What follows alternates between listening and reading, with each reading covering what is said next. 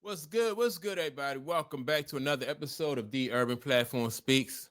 Make sure to like and subscribe as you come into the channel, check out the content. And so I was recently listening to an episode of Jason Whitlock, right? And he had Shawn King on there. Shawn King played for the Saints as a quarterback, NFL quarterback. He played for the Saints. Who else is Shawn? And Tampa Bay Buccaneers, right? And he won a Super Bowl. Well, he didn't win it himself, but I mean, he played on a Super Bowl winning team, right? So they had a discussion about Shedeur Sanders, right? And I this is like the most honest conversation that I heard about Shedeur Sanders. And I always say, like, with players who like to showboat and players who like to talk, I never really was into that, right? I always like players like Barry Sanders. Like, if you score a touchdown, these guys just give the ball right to the ref. They get a ball to the ref and then they go back to the bench. Right.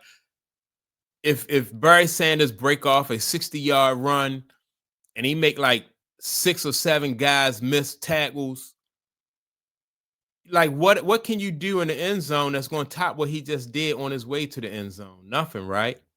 So I always thought it was unnecessary. Although now Deion Sanders was able to be flashy and stuff like that, but he's an exception to the rule because of his exceptional speed, his exceptional talent. And I think in most cases though, if you're a flashy guy and you're somebody who talk a lot of stuff, it's more distracting than anything. And then it gives people ammunition. Like if you fail, then that is put a target on your back. Now people, it gives them more ammunition to use against you. And that's why I was thought about, Shedeur Sanders got to watch out for that kind of thing, right? So just go ahead and play ball.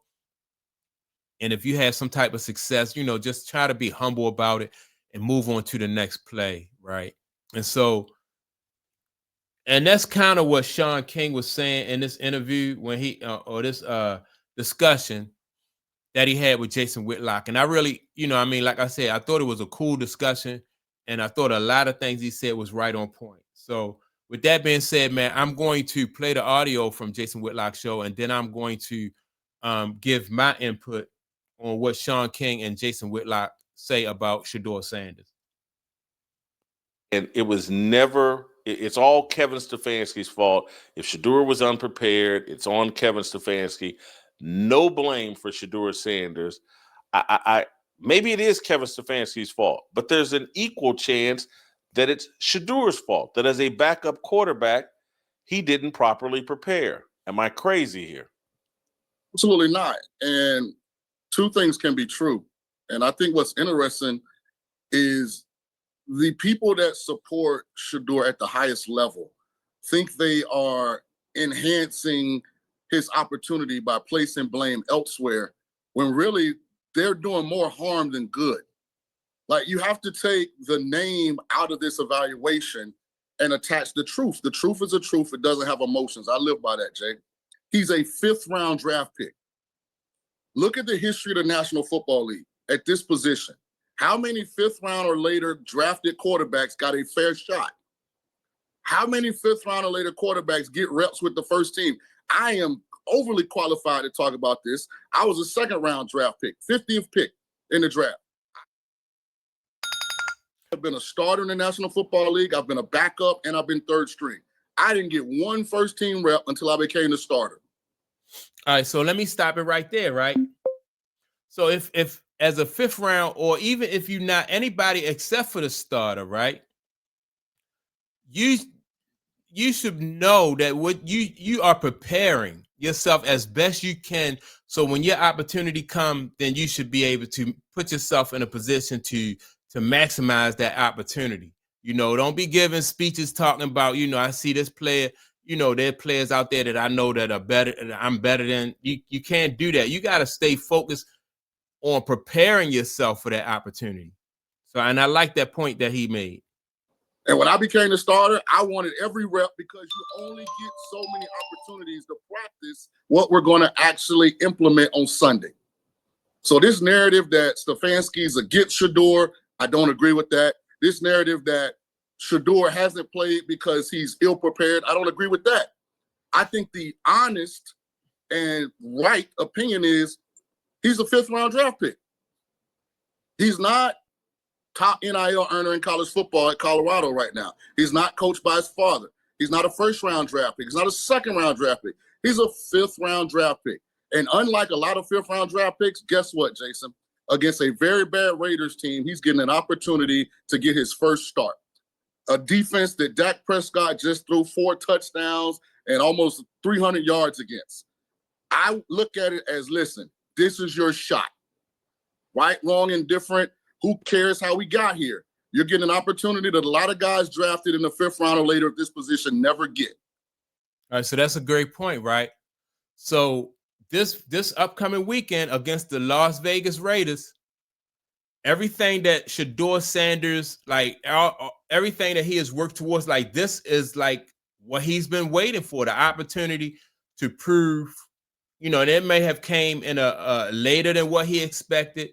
It may have came in a different way than what he expected, but along the way, he's been putting in the work, and so this right here is going to be his opportunity to prove that he belongs, to prove people wrong.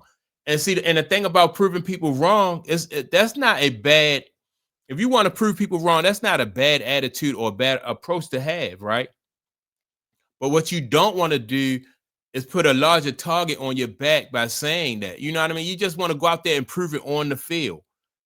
And that's where I think, like, all that extra stuff come in. I think that's where he slow himself up. Opportunity to start and show that everybody else was wrong and you were right. And I think that needs to be the narrative going into this game. If you call yourself legendary, let's see. Because this is the same team that Joe Flacco couldn't make look good on offense. The same team that Dylan Gabriel, who was drafted ahead of you, couldn't make look good on offense. Now you get your shot. If this offense looks better than it has with the previous 2 quarterbacks, guess what? The Browns are wrong.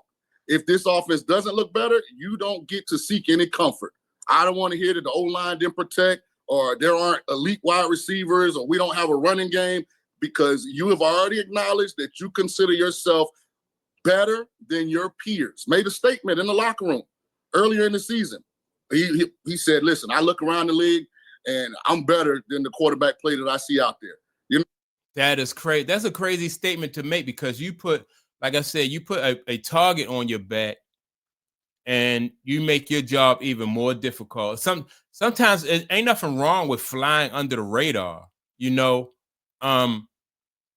If you win a championship in any sport and come back that next year, you got a target on your back. But to put a target on your back and you haven't won anything, you don't have no championships, you're not even starting. I can't see the logic in that. Like, why you put a target on your back? You want to sneak up on people. You know what I mean? You want to be able to sneak up on people, and then you get that target on your back. But if you got a target on your back and people don't even want to see you get established, allow you to build confidence, allow you to gain some experience, you cheating yourself. You really are cheating yourself. All right, Shedeur, go show us. Sunday, we're going to find out. What do you expect to happen on Sunday? I'm not based off of any strategic, just my gut feeling is he's going to put up some decent numbers and people are going to overreact and say he's arrived rather than he's had one good game. My gut says this story continues. He does something to fuel the fire. That's not based off strategy. That's not based off of personnel and matchups. It's based off, I believe this story is just going to get better. And so that, anyway, what do you think? All right. So, but just like Shawn King said earlier, you don't get to, like if Shedeur don't have a good game, he don't get to change the narrative and say, well, my receivers this, my offensive line that. You don't get that, because Dylan Gabriel played with this offense and these receivers. Joe Flacco played with this offense and these receivers. So you can't hide behind that. You know, that's my take on it. So, and like I said, when you take that approach, you take that attitude, then you can't elevate your game because now you're making excuses instead of looking at, facing reality and trying to level up your game. Okay, Joe Flacco didn't get it. Dylan Gabriel didn't get it. That means that I got to do something that they didn't do. That's how you got to look at it. But you can't make excuses. But this next statement that Shawn King is right here, this is really going to tie everything all up because this is what it's all about. Happens on Sunday. I'm going to change your question slightly, if that's okay. Yeah, please. What do I want to see on Sunday? There you go. I want to see Shedeur Sanders make his layups. When there is a clean pocket and a guy is open, I want to see him throw the ball in rhythm and accurately. That's the number one thing. Second thing, I want to see him understand situational football. Meaning, if Stefanski or Tommy Reese, who I think is calling the plays now, calls an aggressive play on 1st and 10, and there's a pass protection breakdown, throw the ball away. Don't take a 12-yard sack. On 3rd and 8, if you're trying to make something happen, I get it because we're trying to pick up a first down. If we don't get it, we got to punt anyway. Like, those are the nuanced little things that I'm going to be looking for in this game. Can he effectively operate the offense within the guidelines of the system? And ultimately, if they get on the plane, they go back to Cleveland, and he made enough plays for them to win, I think that's a win for Shedeur. All right, so I like that response right there, right? Because and his coaches, Shedeur coaches are probably looking for the same things. They don't want him to make mistakes that are going to put the team in a worse, basic mistakes that are going to put the team in a worse position. They want to see like the basic things that he have learned in college, high school and college.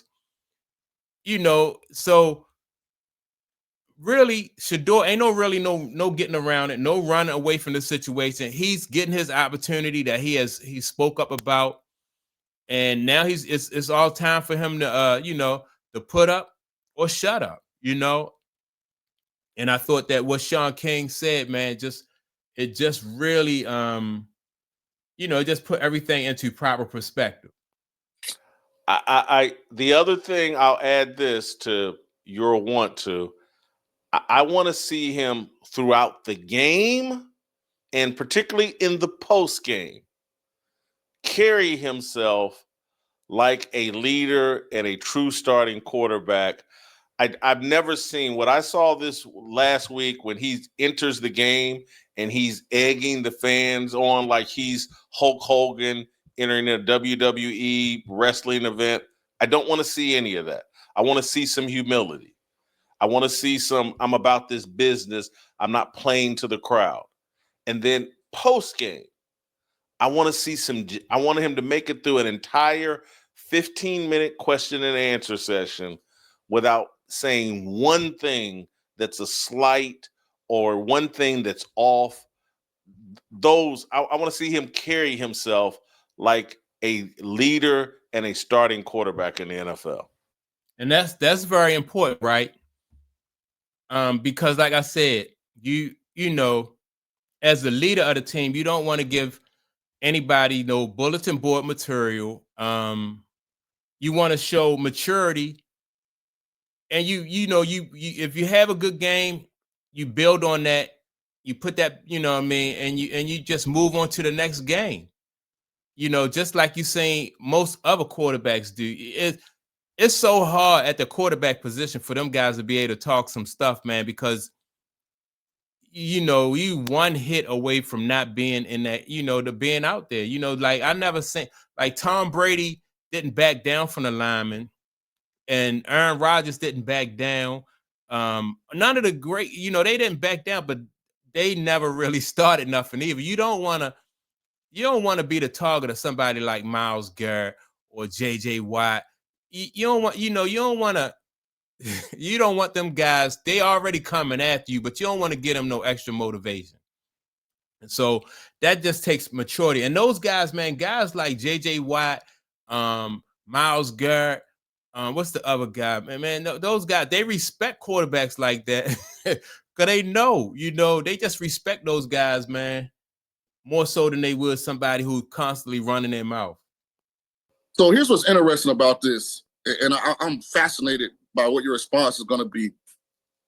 I want the same thing, but I'm 48. You're a little older than me. We're 58. both black men. The reason we desire that from him is because the sustainability increases exponentially if that's how he presents himself. But what if somebody asks you? That's a great answer, right? Like you said, the sustainability. Like I said, you don't want no bulletin board material for Miles Garrett. You just don't want that, man. You don't need that. And I didn't even think about that. Your career, yeah, these dudes can cut your career, with one. And it only had to be an illegal hit. It can be a legal hit, and you just fall the wrong way, or somebody fall on top of you. To change. Like, you've been in multiple places, and you just said one of the reasons that maybe you aren't still there is because of your inability to acquiesce to what people wanted. You stood on the truth and what your real opinion was, even if it was unliked or unreceived, because that's what you really believe. So I battle a little bit with this because I think that's actually who Shedeur really is. I don't think that's who he needs to be, but I think that's who he really is. So my message to him would be, if you're going to do that, then the expectation is extremely high. If you want to be the guy, every time you get a first down, you run 10 yards, every time something good goes on, you throw your watch up in the air, that's fine. But now you can't ever seek comfort. You can't say the O-line didn't block. You can't say, my bad, we didn't get it done. Like, the grading scale is on a higher curve when you present yourself like that. So for selfish reasons, because I am a former black quarterback in the National Football League, and I know what the league is looking for and wants and desires from that position, from how you represent yourself, which is a representation of the organization, I want him to just play football. Because that's the one position in all the sports. If you play it at a high level, you're going to become a superstar. You don't need the extras. You don't need the additives. You don't have to put anything else in the drink. And so I'm with you. I agree 100%. That's what I want to see. But I want to hear your opinion. And I agree too, right? Just like I said about with Barry Sanders. Barry Sanders break 5, 6, 7 tackles on the way to a touchdown. Like, what are you going to do in the end zone that's going to top what he did to get there? So if Shedeur Sanders lead his team to a 10-play, 60 or 70-yard drive, he a bomb here, or like a 20-yard pickup there here, and somebody, it's unnecessary. It's unnecessary. And like he said, it's sustainable. You want to be able to have a sustainable career. You don't want to be the target of somebody like Sam Darnold. You don't want, not Sam Darnold. What's the guy that played linebacker for the Rams?